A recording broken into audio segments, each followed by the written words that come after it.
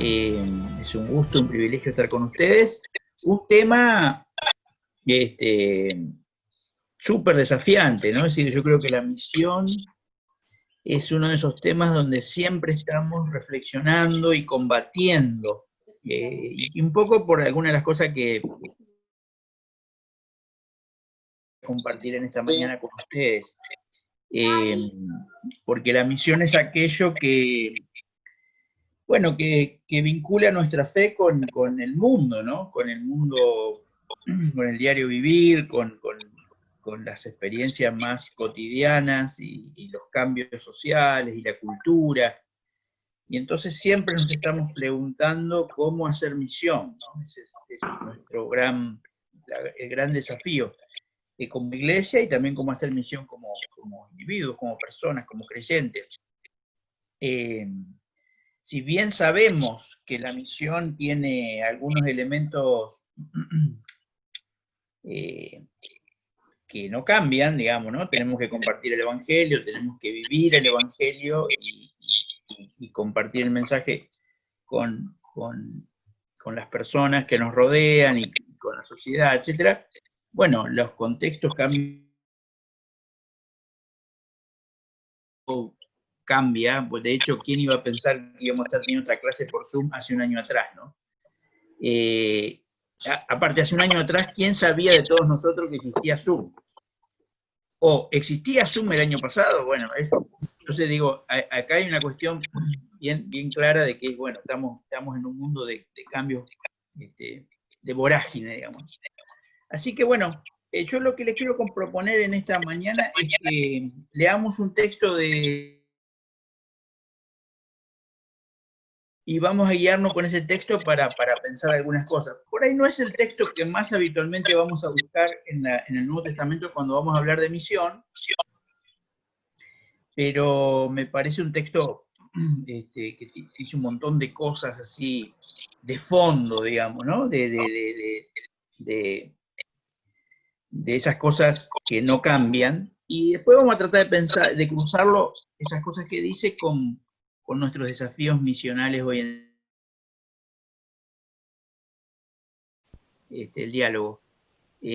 Así que cuando quieran interrumpir, preguntar, participar, esa es la idea. Y digamos, mientras estemos mirando el texto, voy a tratar de comentar algún par de ejemplos históricos de cómo la Iglesia enfrentó contextos en épocas muy diversas, ¿no? Y muy diversas a la nuestra. Así que bueno, vamos primero con el pasaje bíblico, Efesios capítulo 3, y vamos a leer desde el 1 al 13. Efesios 3, 1 al 13. Yo voy a leer en la NBI, ustedes pueden seguir en la versión que tengan allí para enriquecer la lectura. Dice así: por esta razón, yo, Pablo, prisionero de Cristo Jesús, por el bien de ustedes los gentiles, me arrodillo en oración. Sin duda se han enterado del plan de la gracia de Dios que Él me encomendó para ustedes. Es decir, el misterio que me dio a conocer por revelación, como ya les escribí brevemente. Al leer esto, podrán darse cuenta de que comprendo el misterio de Cristo. Ese misterio que en otras generaciones no se les dio a conocer a los seres humanos, ahora se les ha revelado por el Espíritu a los santos, apóstoles y profetas de Dios. Es decir, que los gentiles son, junto con Israel, beneficiarios de la misma herencia, miembros de un mismo cuerpo y participantes igualmente de las promesas en Cristo Jesús mediante el Evangelio. De este Evangelio llegué a ser servidor como regalo que Dios, por su gracia, me dio conforme a su poder eficaz. Aunque soy el más insignificante de todos los santos, recibí esta gracia de predicar a las naciones las incalculables riquezas de Cristo y de hacer entender a todos la realización del plan de Dios, el misterio que desde los tiempos eternos se mantuvo oculto en Dios, creador de todas las cosas. El fin de todo esto es que la sabiduría de Dios, en toda su diversidad, se dé a conocer ahora, por medio de la Iglesia, a los poderes y autoridades en las regiones celestiales, conforme a su eterno propósito realizado en Cristo Jesús nuestro Señor. En Él, mediante la fe, disfrutamos de libertad y confianza para acercarnos a Dios. Así que les pido que no se desanimen a causa de lo que sufro por ustedes, ya que estos sufrimientos míos son para ustedes un honor. Muy bien. Creo que voy a poderles compartir pantalla y vamos a seguir un pequeño PowerPoint para seguir algunas ideas del pasaje.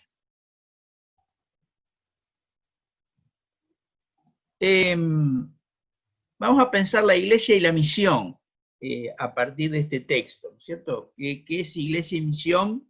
¿Qué es misión? Porque claro, si entendemos con toda su complejidad y riqueza qué es la misión para el Nuevo Testamento, después va a ser más fácil traducirla a nuestro desafío propio, digamos, ¿no? Nuestro desafío de contexto, del lugar donde estamos, de nuestras responsabilidades particulares. Así que vamos a tratar de sacar de este texto algunas ideas de qué es misión para la iglesia. Pablo ya ha dicho, si tuviéramos tiempo y leemos Efesios, el capítulo 1 y el 2, en el 1 nos ha dicho cuáles son los propósitos de Dios. Es decir, la misión tiene que ver con entender un poco a qué se está dedicando Dios, digamos, ¿no? ¿Cuál es el negocio de Dios, el asunto de Dios? ¿A qué se dedica Dios? ¿Cuáles son las preocupaciones de Dios?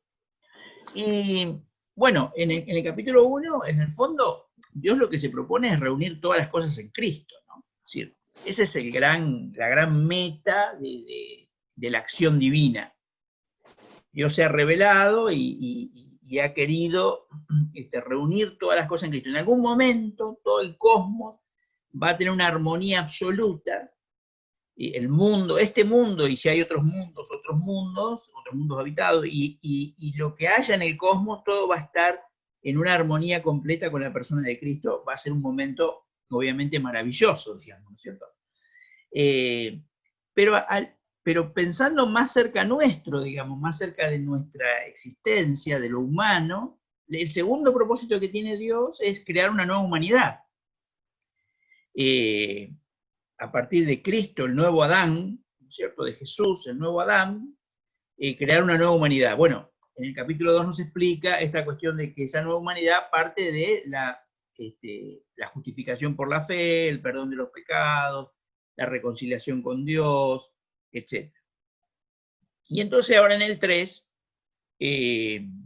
habla de la misión. ¿Por qué? Bueno, porque la misión conecta con esto, con los propósitos de Dios. Reunir todas las cosas en Cristo, crear una nueva humanidad, y ahí engancha la misión de la iglesia. Si la misión es dar cuenta, compartir, hacer visible estos propósitos de Dios al mundo al cual les tenemos que compartir el Evangelio. Así que es importante eso también, porque la misión conecta con porque a veces podemos cometer el error de hacer una misión que se desenfoque de esto, digamos, ¿no? Que en alguna medida se desenfoque de los grandes propósitos de Dios.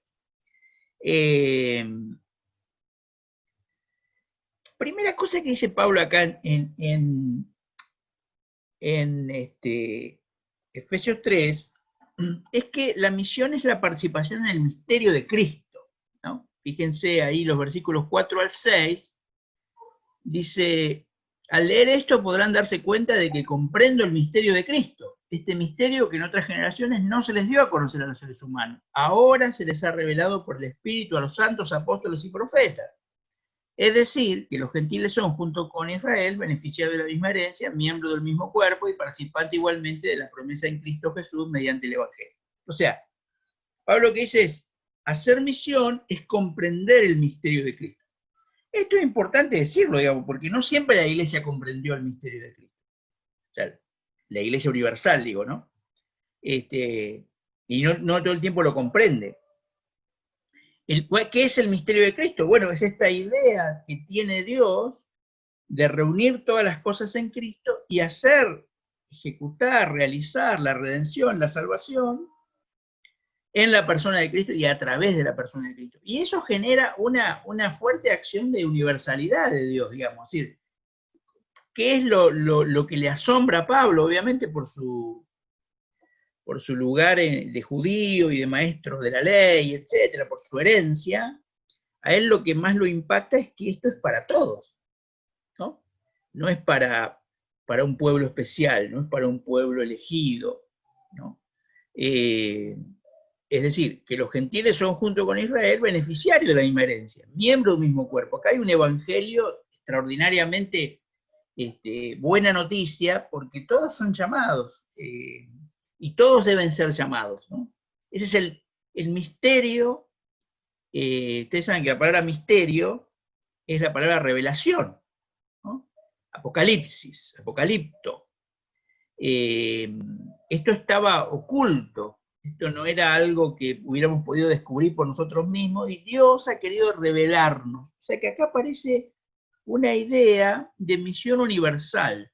La misión, el misterio del oculto y luego revelado en Cristo, es que todos son llamados a esta acción salvadora de Dios. Nadie queda fuera, no hay ninguna razón para que alguien quede afuera, sino que hay un llamado extraordinariamente universal, y Dios nos hace partícipes a todos.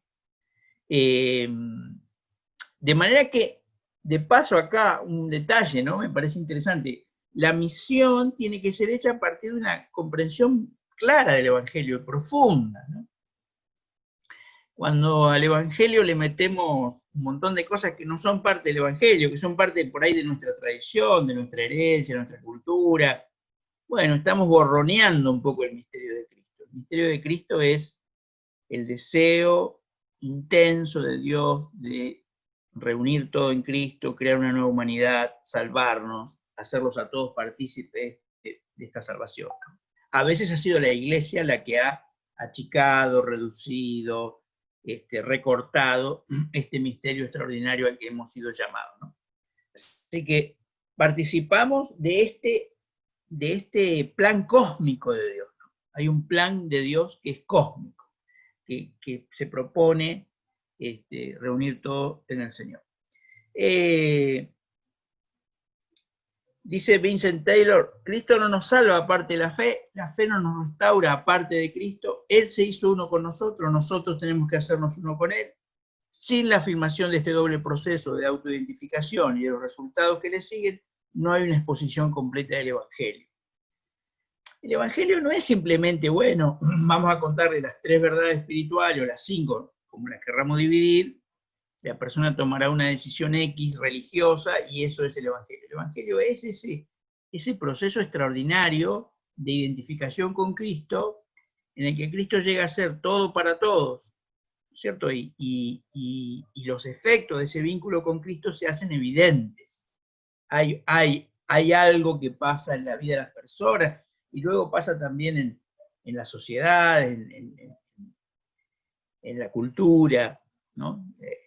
Son procesos profundos, no superficiales, ¿no? Lamentablemente, a veces lo hemos confundido en distintas épocas, ¿no? Con distintas superficialidades, ¿no? Que puede ser la superficialidad. Antes era la superficialidad de la aceptación nominal de la fe. Hoy parece ser más la superficialidad de ciertas experiencias místicas o sobrenaturales o catárticas, pero el Evangelio es más profundo que eso. Lo que espera de Dios es una compenetración con la persona de Cristo y con su esencia transformadora. Una idea extraordinaria que aparece en este texto, y la segunda idea que quiero compartir con ustedes, es que la misión es la administración de la gracia de Dios. Este misterio, que es el Evangelio, que es la revelación en Cristo, es un misterio de unas riquezas incalculables. Es como si lo pensáramos hoy en los términos de... Te paso la palabra acá. Acá. En Efesios 3:2 es efectivamente la palabra oikonomian, tescharitos, o sea, la economía de la gracia, ¿no? La economía de la gracia. Dice Pablo, a mí se me encomendó la economía de la gracia. Claro, y oikonomian, de paso, economía viene del griego oikos, casa, ¿no? Y nomos, las leyes de la casa. Tiene que ver con cómo administro mi casa, de ahí viene la palabra economía, ¿no? O economio. Y acá dice Pablo una aplicación súper linda para pensar la misión, que es como si fuéramos grandes ministros de economía. Quizá el ejemplo de Argentina no suena lindo, ¿no? Pero pensemos en para sentirnos mejor, pensemos en la Reserva Federal Norteamericana, o el Ministerio de Economía, si lo tienen, de Suiza o de Suecia. ¿Cuál es la idea acá? Que las riquezas que tiene el Evangelio, las riquezas que tiene la fe que hemos recibido, este misterio de Cristo, es inconmensurable. Pablo usa varias veces en el Nuevo Testamento en sus cartas la idea de que Dios es rico, pero Dios que es rico en misericordia, ¿no? Es decir, administramos una fortuna, eso es lo que administramos, una fortuna incalculable, que es la gracia de Dios, ¿no? O sea, somos administradores de la gracia de Dios. La misión es eso, ¿no? La misión es administrar la gracia de Dios. Porque justamente dice en el versículo 2, sin duda se han enterado del plan de la gracia de Dios, que Él me encomendó para ustedes. O sea, luego esta gracia la tiene que administrar alguien. Alguien tiene que ser el mayordomo de la gracia de Dios. Y ese, como va a decir más adelante, finalmente se le ha dado a la iglesia. La iglesia es la que tiene este depósito de riqueza inconmensurable. Y justamente la misión tiene que ver entonces con cómo administramos esa gracia, porque bueno, podríamos ser malos administradores. Por ejemplo, ¿cómo seríamos malos administradores? Bueno, podríamos ser avaros, miserables, e ir dando de esta gracia así como por gotero. Podríamos ignorar las riquezas que tenemos guardadas, entonces nunca las sacamos a relucir, ¿no? Podríamos achicarnos y decir, bueno, no, todo esto en realidad no es para compartir, solo vamos a compartir esta pequeña partecita. Entonces, es interesante pensar que la iglesia tiene como, de paso esta idea se usó mucho en el medioevo y por eso a veces no la queremos recuperar, porque la iglesia decía ser la depositaria bueno, con eso luchó Lutero, ¿no? De una especie de acumulación de virtudes, y entonces después esas virtudes se podían vender, y toda esa malversación que hizo la iglesia en la Edad Media. Pero la idea está ahí, ¿no? Es decir, es tanto lo que tenemos para compartir, es tanto lo que tenemos para dar, es tan maravilloso el Evangelio, que es como una riqueza inconmensurable, y entonces tenemos que ser buenos administradores. En la misión, digo, buenos administradores es saber qué bienes utilizar, qué riquezas utilizar en cada situación, en cada realidad, porque las riquezas que son necesarias movilizar serán sin duda distintas, ¿no? Y debemos ser personas e iglesias que administran bien la gracia. De esto, de paso, el Evangelio en otros textos dice bastante, ¿no? Por ejemplo, Jesús, la parábola de los talentos, ¿no? Podemos ser como ese que enterró, que ser buen administrador para él era enterrar esa riqueza y cuidarla, como protegerla, como evitar que entre en crisis y que se pierda. Y Jesús en esa parábola muestra que ser buen administrador es tomar riesgos, ¿no? Tomar riesgos. En eso se basa también la economía. La economía, si uno quiere hacer una buena economía, tiene que tomar cierto nivel de riesgo y mover los capitales, para decirlo así, para que se reproduzcan y generen beneficio.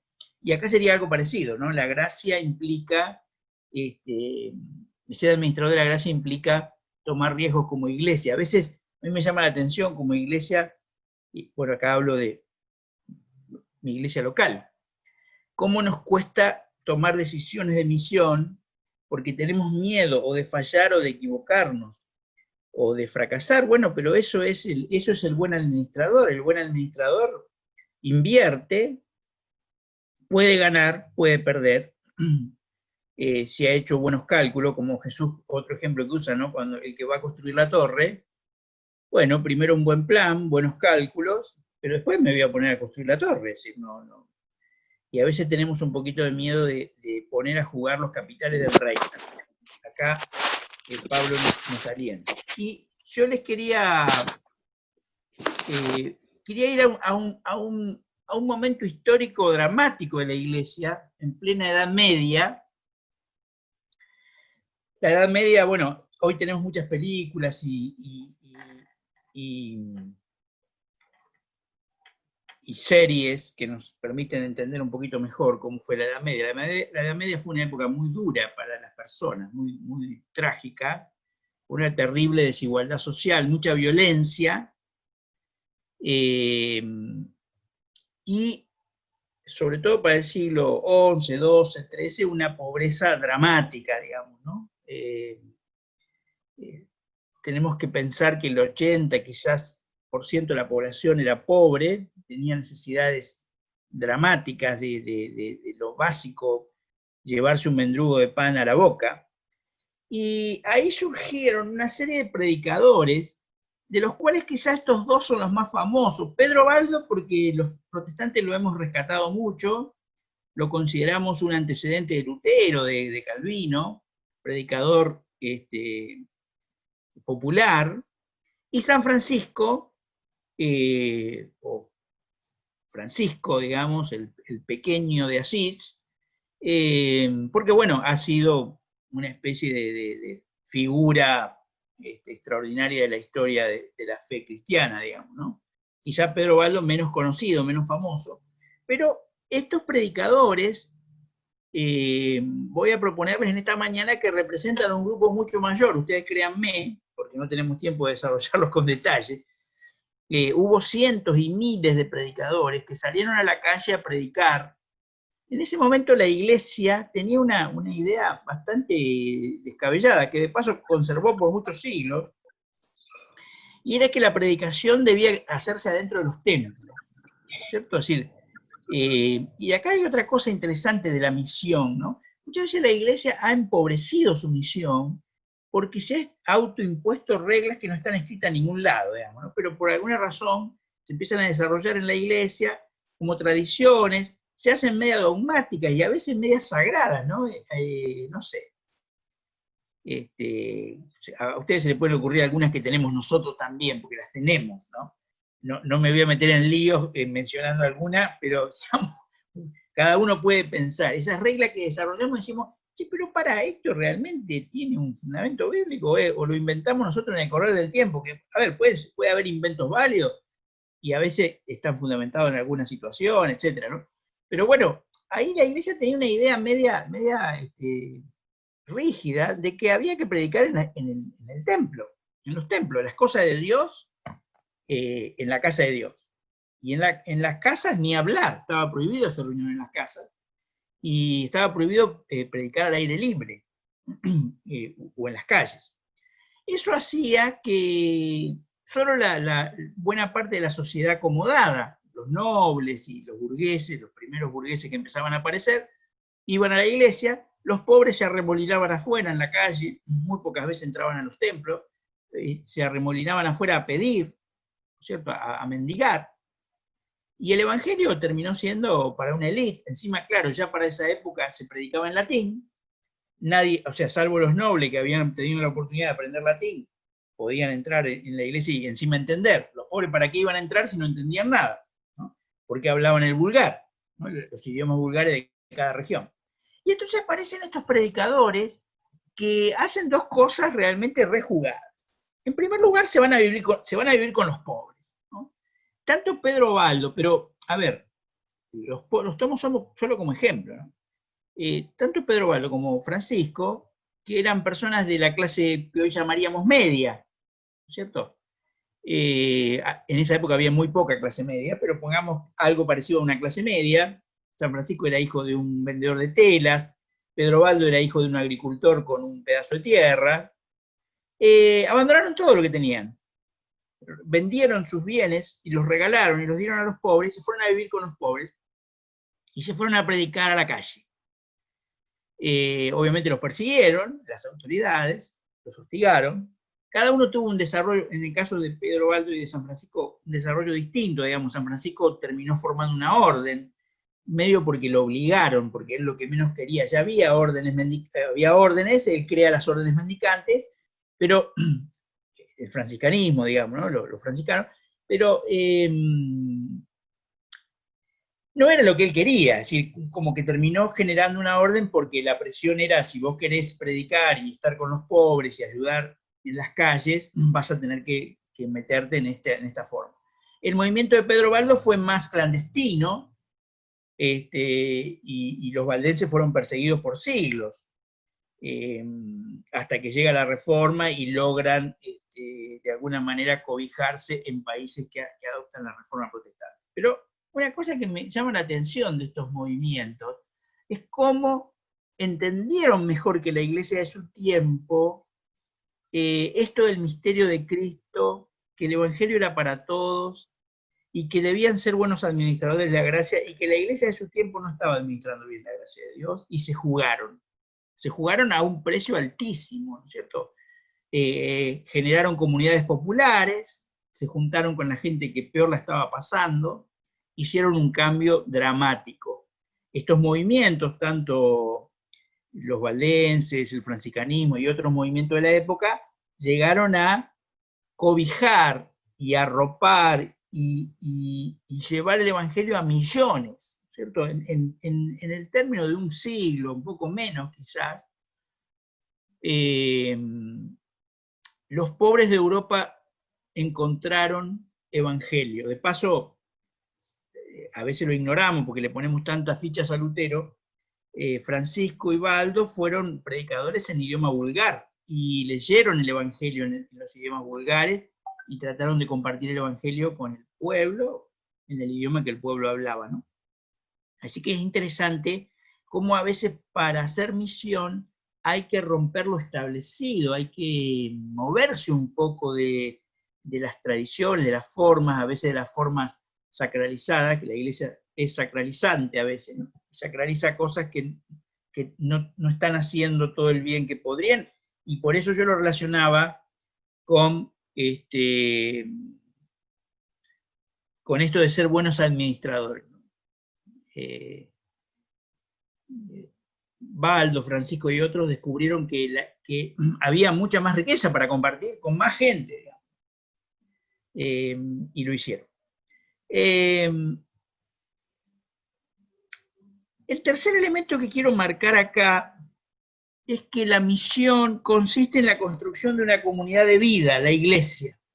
Yo creo que eso es fundamental, y hoy más que nunca, porque la iglesia como comunidad parece estar en retirada, ¿no?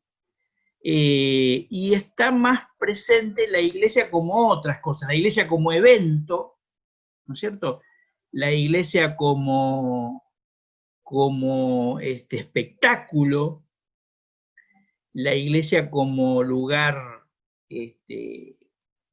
catárquico, digamos, ¿no? Para ir a tener una serie de catarsis, pero la iglesia como comunidad de vida está como un poco desvalorizada.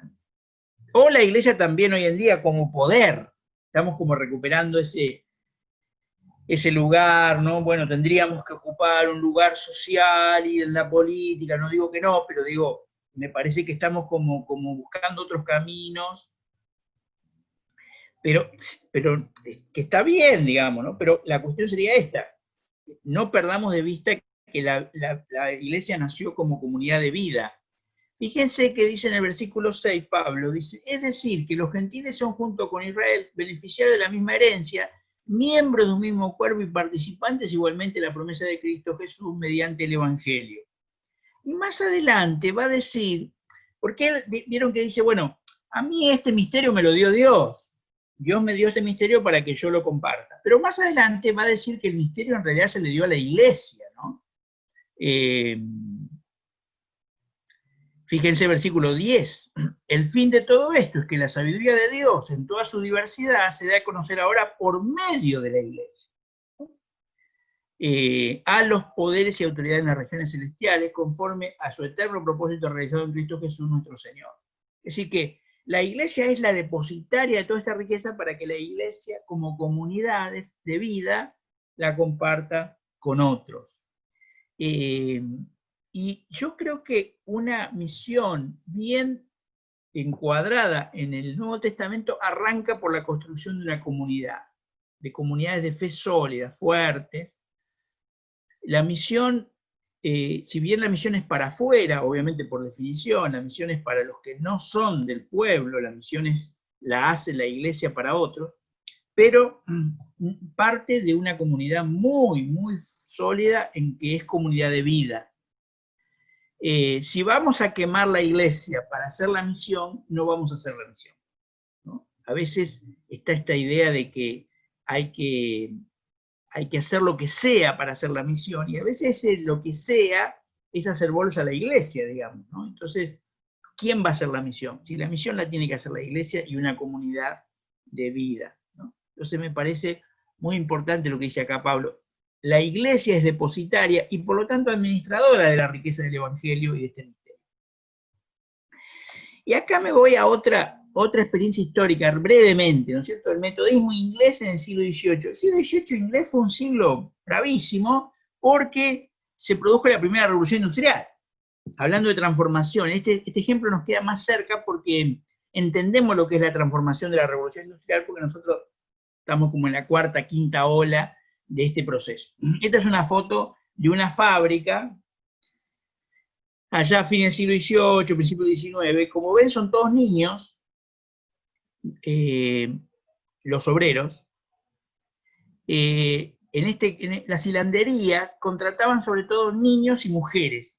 ¿Por qué? Porque tenían las manitos chiquititas, delicadas, y podían hilar mejor, y sobre todo en las máquinas de hilado, enhebrar el hilo cuando se salía de los carreteles. Entonces se contrataban chicos, estos chicos trabajaban arriba de grandes bancos para poder estar a la altura de la máquina, podían pasar 12 horas arriba de ese banco trabajando. A esa sociedad tenía que dar respuesta a la iglesia, digamos, ¿no? Es decir, bueno, ¿qué hacemos ahora? Estos chicos habían migrado con sus familias de poblaciones rurales y habían ido a parar a ciudades enormes justamente que se formaron en ese momento, Liverpool, Manchester, las grandes ciudades industriales inglesas. Vivían hacinados en lo que hoy llamaríamos villa de emergencia. Los ingleses le llamaban slums, eran barrios donde se vivía en condiciones dramáticas de pobreza, de insalubridad, etc. ¿Qué hizo la iglesia de Inglaterra en ese tiempo? La iglesia de Inglaterra en ese tiempo se quedó donde estaba parada. Entonces por ahí tenía un párroco en un pueblo que había quedado totalmente despoblado, y quedaban, no sé, 2 o 3 abuelitos y casi nadie más, porque la gente joven se había ido a las ciudades a trabajar, pero sin embargo ahí mantenía su párroco y su iglesia, y en estos barrios populares, en estos barrios industriales, no había ni predicación ni atención pastoral de ningún tipo, ¿no es cierto? Y bueno, un caldo de cultivo cultural y social dramático, y ahí aparecen, entre otros, digamos, siempre acá los que se llevan los títulos son los famosos, pero hay otra gente que hizo mucho. Aparecen los hermanos Wesley, aparece Whitefield y otros predicadores, que otra vez rompen con los esquemas existentes y salen a predicar a esta gente, ¿no es cierto? En estos barrios, a predicar a los mineros, a predicarle a los obreros industriales, y bueno, y las conversiones son inmediatas y son masivas, digamos, ¿no? Es decir, predicaciones ante miles de trabajadores y gente humilde, que empieza a convertirse, a recibir al Señor, y Wesley y otros predicadores de la época empiezan a generar iglesias locales en estos sectores. Aparece acá la reunión hogareña, ¿cierto? Es famoso que cuando a Wesley lo invitan a la primera reunión hogareña, él no quiere ir porque dice que es pecaminoso ir a una reunión hogareña. Después se va a dedicar casi toda la vida a eso. Forma predicadores populares. Bueno, finalmente la iglesia anglicana lo termina echando a él y a todo su movimiento. Ahí surge el metodismo, porque está haciendo algo que la iglesia oficial no alcanzó a ver, pero no solo dio una respuesta espiritual y millones conocieron al Señor, sino que también dio una respuesta social, de contención. El metodismo tuvo un trabajo extraordinario en mejorar la salubridad de las cárceles, mejorar los hospitales, combatir la esclavitud, combatir el trabajo infantil, los primeros movimientos de protección de la mujer. Es decir, aparece todos los efectos colaterales, diríamos hoy, del Evangelio, cuando el Evangelio se presenta en sociedad con toda su potencia. Y yo acá puse una misión para un contexto, énfasis en la predicación al pueblo, ¿no es cierto? Acá todo el tiempo aparece esto, que la iglesia tiene que volver a conectarse con el pueblo, en la historia de la iglesia, preocupación por las nuevas condiciones sociales de las clases populares. Por ahí Wesley se mandaba algún sermón sobre el precio de la leche, ¿no? O el precio de los huevos. Hay un famoso sermón de Wesley que se llama ¿Por qué los huevos están tan caros?, digamos, ¿no? Y él hace todo un desarrollo también con opiniones económicas, ¿no? Decir, bueno, che, pará, esto está pasando porque alguien está tomando decisiones económicas equivocadas. Una búsqueda de una experiencia profunda de santidad. Claramente en el metodismo inglés y en Wesley aparece la idea de la santidad como el centro de la vida de la iglesia y de la experiencia de fe personal. La creación de comunidades pequeñas para el cultivo de la fe. En estas grandes barriadas populares que no tenían parroquias, aparecen núcleos que son estos grupos, estos pequeños unidades de fe en los hogares, ¿no? Formación de predicadores laicos que difundieran el Evangelio y discipularan a los creyentes, creación de una literatura. Bueno, el movimiento ha sido realmente extraordinario, digamos. Quizá uno de los ejemplos más hermosos de cómo el Evangelio en la historia transformó sociedades, digamos. Y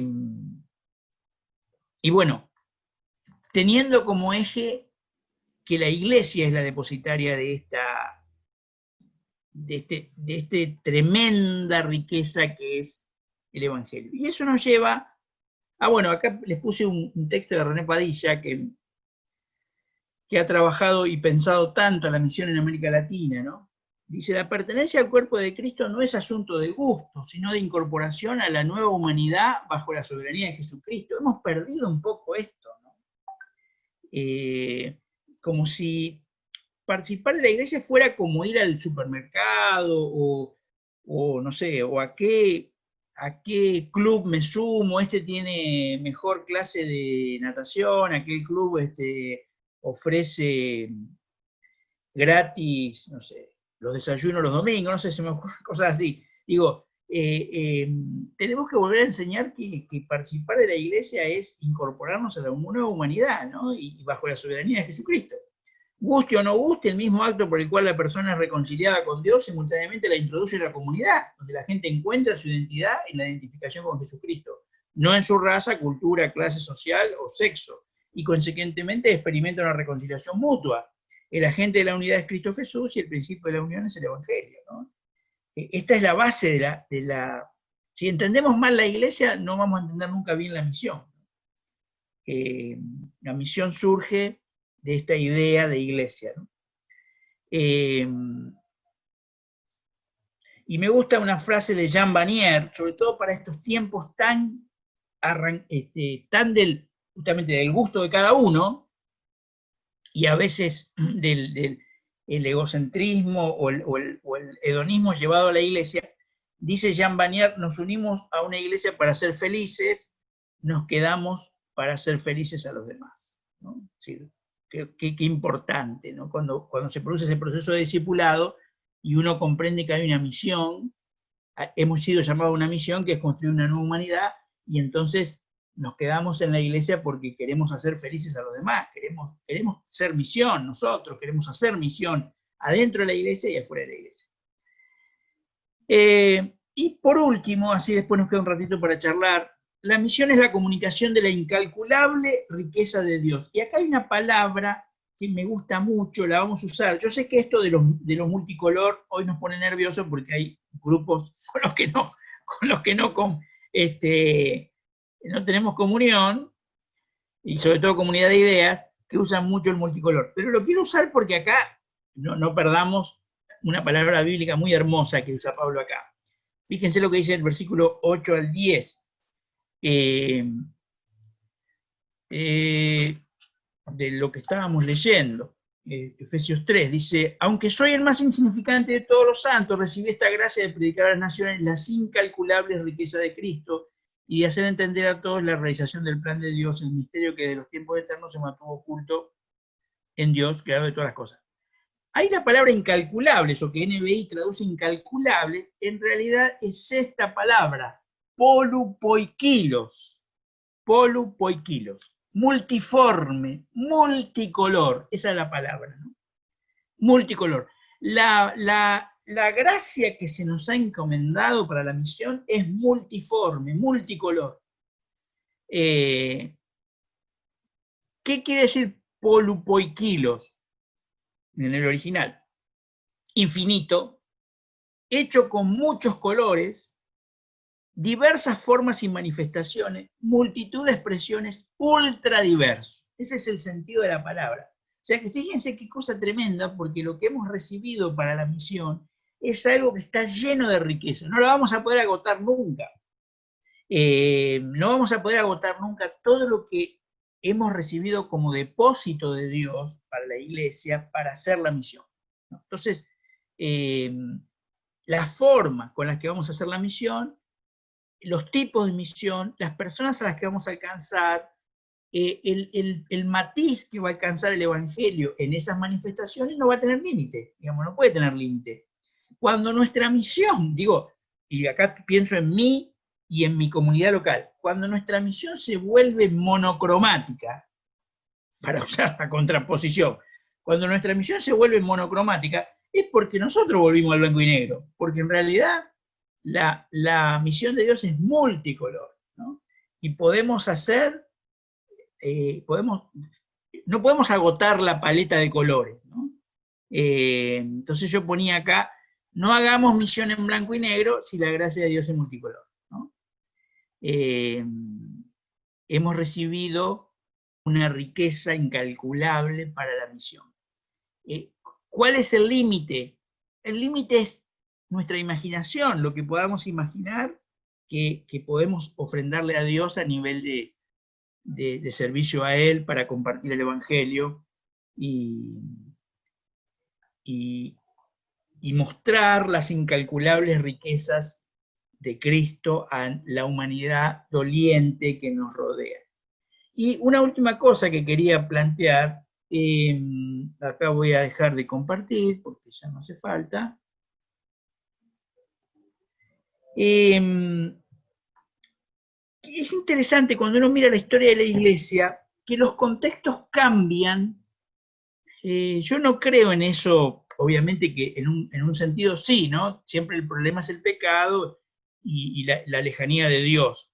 Pero las manifestaciones del pecado y la lejanía de Dios adquieren formas diversas y generan necesidades humanas, sociales, culturales diversas.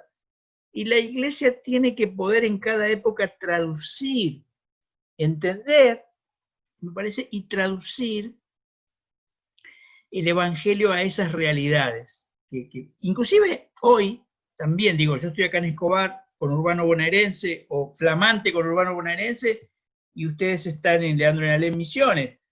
Los contextos son muy diversos, ¿no? Y entonces la misión, pero la misión tiene riqueza justamente para moverse en diversidad, porque es diversa la gracia. La gracia está llena de colores, de riqueza, de manifestaciones, y yo creo que cada contexto, cada iglesia, cada cristiano también tiene que descubrir qué aspecto de esa multiforme gracia